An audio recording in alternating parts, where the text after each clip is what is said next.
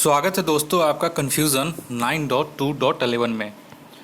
दोस्तों, बहुत दिनों से मुझसे बहुत लोग संपर्क कर रहे थे और बार बार ये पूछ रहे थे कि सर ये इस लॉकडाउन में कहीं कहीं जैसे अभी बीपीएससी 65वीं का जो स्कॉलरशिप है ईबीसी के लिए 50,000 रुपये के लिए, उसमें जाति प्रमाण पत्र मांगा जा रहा है और स्थानीय प्रमाण पत्र मांगा जा रहा है, यानी कि आवासीय प्रमाण पत्र डोमिसाइल मांगा जा रहा है।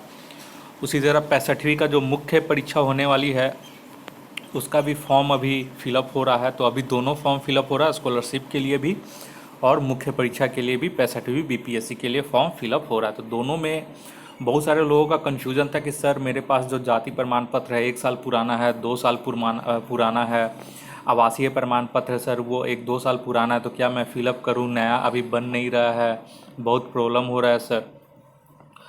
तो मैंने नेट पे भी सर्च किया और मुझे एक आर्टिकल मिली है जो हिंदुस्तान पेपर में छपी थी।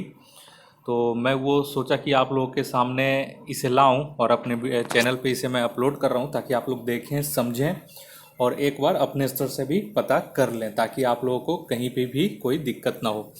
मैं ये न्यूज़ आर्टिकल आपको पढ़कर सुना रहा हूँ और दिखा रहा हूँ कि क्या है इसमें, और उसी के हिसाब से आप लोग देखें। अगर कुछ भी दिक्कत हो रहा है तो समझें इस चीज़ों को। तो ये देखिए यहाँ पे है, बिहार का ही है। तो जाति प्रमाण पत्र बार बार बनाने की ज़रूरत नहीं, और ये जो है जनवरी 24 2019 यानी 24 जनवरी 2019 को ये आर्टिकल पब्लिश हुआ था। और हम सभी जानते हैं कि यहाँ पे बिहार में जो है आरटीपीएस लागू किया गया है, राइट टू पब्लिक सर्विस। तो इस हिसाब से उसी समय जब ये उद्घाटन चल रहा था तो बहुत जगह आरटीपीएस का सेंटर खोला जा रहा था। तो वहीं का एक उद्घाटन सेंटर हुआ था, वहीं पे एक सीओ जिसका फुल फॉर्म होता है सर्कल ऑफिसर, उनके द्वारा ये वक्तव्य दिया गया था। तो वही पेपर में आया। तो पूरा मैं दिखा देता हूँ। इसमें आपका जाति प्रमाण पत्र, आवासीय प्रमाण पत्र और आपका आय प्रमाण पत्र, तीनों से संबंधित जो भी कन्फ्यूज़न होगा आज के बाद ये दूर हो जाएगा, और आप उसी के हिसाब से आप अपना फॉर्म फिलअप करते समय ध्यान में रखेंगे। तो यहाँ पे देख लें कि क्या लिखा हुआ है। तो यहाँ पे कहा गया है कि आवासीय एवं जाति प्रमाण पत्र एक बार बन जाने के बाद बार बार बनाने की ज़रूरत नहीं है। आवासीय प्रमाण पत्र दोबारा तब बनवाने की ज़रूरत पड़ती है जब आप अपना आवासीय पता बदल लिए हों।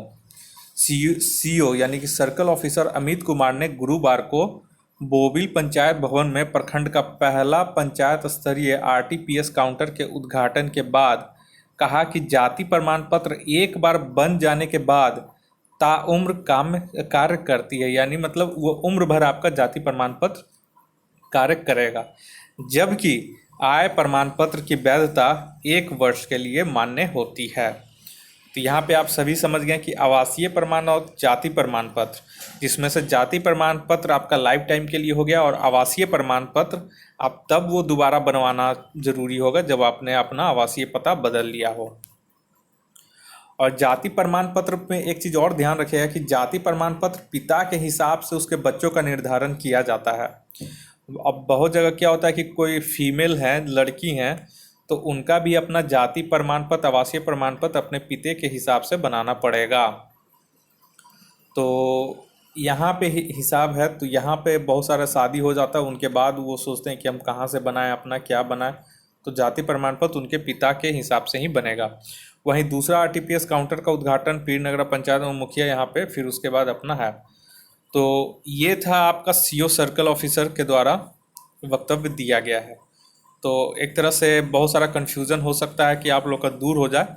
मैंने भी इसे नेट पे सर्च कर रहा था तो मुझे ये आर्टिकल मिला और मुझे लगा कि आप लोगों से शेयर करना पड़ेगा। बहुत लोगों को नहीं भी पता होता है और बहुत लोगों को पता भी होता है।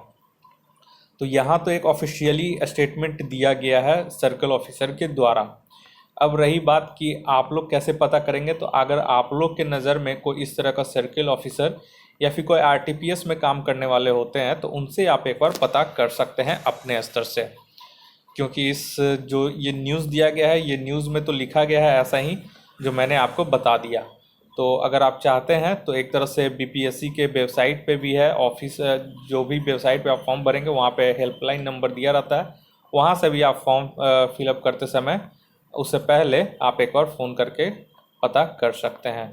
जो मुझे जानकारी मिली थी मैंने वो आप लोग को शेयर कर दिया, और अब आप लोग इसके हिसाब से भी काम कर सकते हैं, ज़्यादा प्रॉब्लम अब आप लोगों को नहीं होगी। इस वीडियो को देखने के लिए आप लोग का बहुत बहुत शुक्रिया, और इस चैनल पे बने रहने के लिए आप लोग का धन्यवाद। इस वीडियो को देखने के लिए आप लोग का बहुत बहुत शुक्रिया, धन्यवाद। आपका दिन मंगलमय हो।